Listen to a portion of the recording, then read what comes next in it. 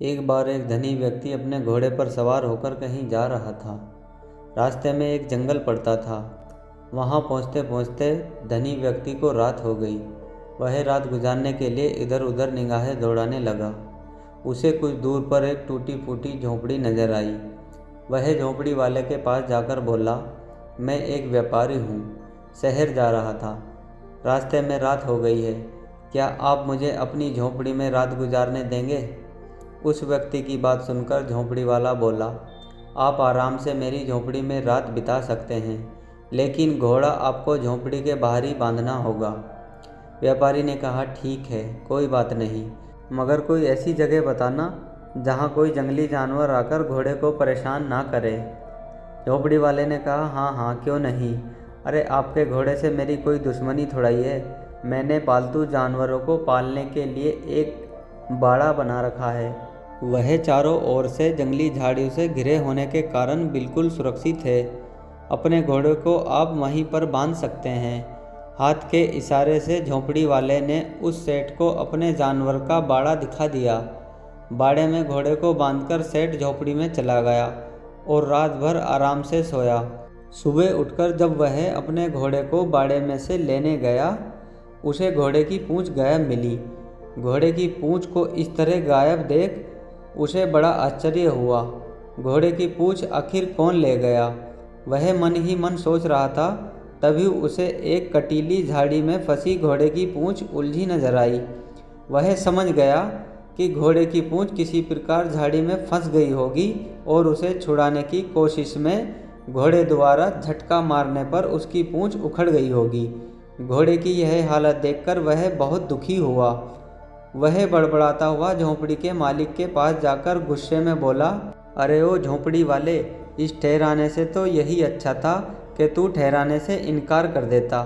झोंपड़ी वाले ने कहा, क्या हो गया भाई, मेरी भलाई का बदला इस प्रकार न चुकाओ। सेठ ने कहा, मेरे घोड़े की कितनी सुंदर पूंछ थी, देख उसका कैसा सत्यानाश हुआ। शायद मेरे घोड़े की पूंछ को काटने के लिए ही तूने ये कटीली झाड़ियों का बाड़ा यहाँ बनाया हुआ है। मैं तो न्यायाधीश के पास जाकर तेरे ऊपर मुकदमा दायर करूँगा। वह सेठ इस प्रकार कहकर अपने बिना पूंछ के घोड़े पर सवार होकर चला गया। न्यायाधीश बहुत ही पाखंडी था, सदा धनवान व्यक्तियों के पक्ष में ही अपना निर्णय देता था। न्यायाधीश का नाम सुनते ही झोंपड़ी वाला भयभीत हो गया है और ईश्वर को याद करता हुआ कह रहा है, नेकी करके मुझे तो मुसीबत उठानी पड़ रही है। मन ही मन सोचता हुआ वह आने वाली मुसीबत की प्रतीक्षा करने लगा। शाम को न्यायाधीश की अदालत में सुबह के लिए बुलावा आ गया। वह सुबह थके हुए कदमों से न्यायाधीश की अदालत की ओर चल दिया। रास्ते में वह सोचने लगा कि अब काजी मुझे ज़रूर सज़ा देगा, इसलिए क्यों ना उसे मज़ा चखाया जाए।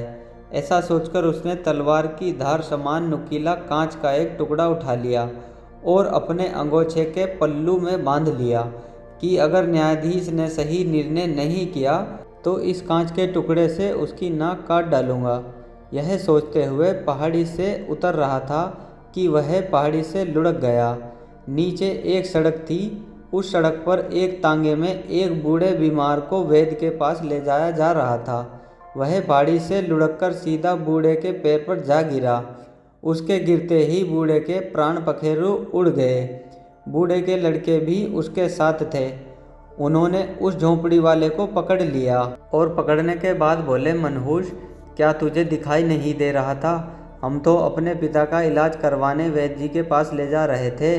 तू यमदूत के समान कहाँ से आ पड़ा और हमारे पिता के प्राण हर लिए। हम तुझे न्यायाधीश के पास सज़ा दिलवाएंगे। सत्यानाश न होकर सवा सत्यानाश ही सही।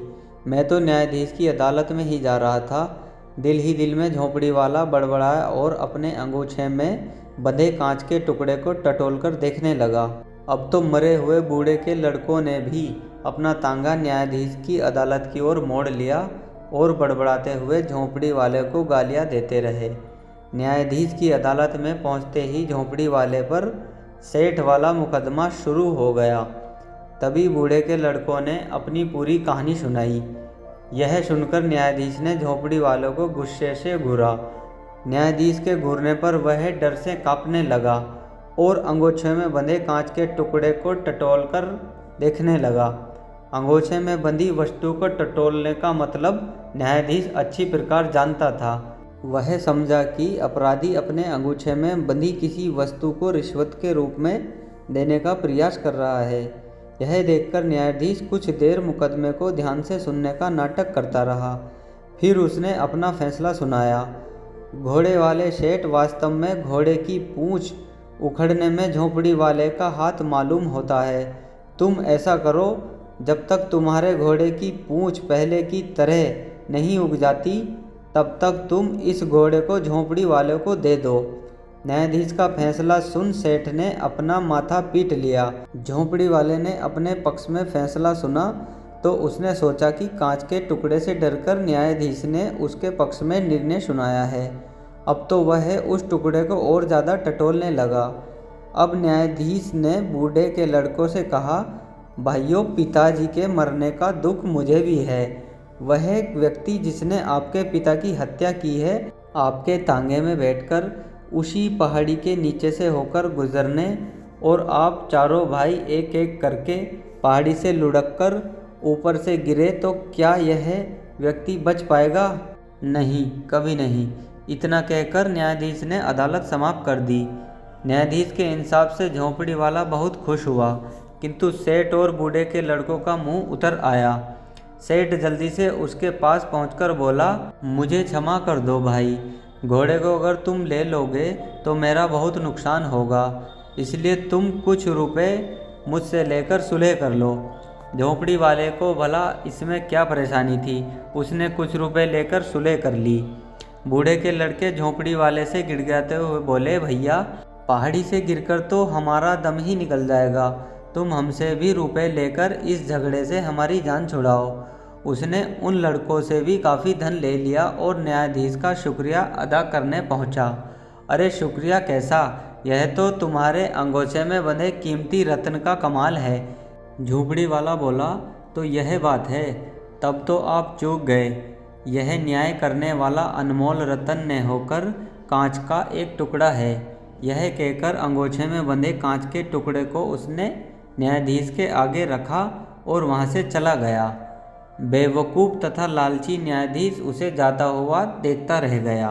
दोस्तों, आज की कहानी में बस इतना ही। आज की कहानी आपको कैसी लगी कमेंट बॉक्स में बताएं। कहानी पसंद आई हो तो वीडियो को लाइक और चैनल को सब्सक्राइब करें। मिलते हैं इसी तरह की मोटिवेशनल कहानी के साथ नेक्स्ट वीडियो में। जय हिंद दोस्तों।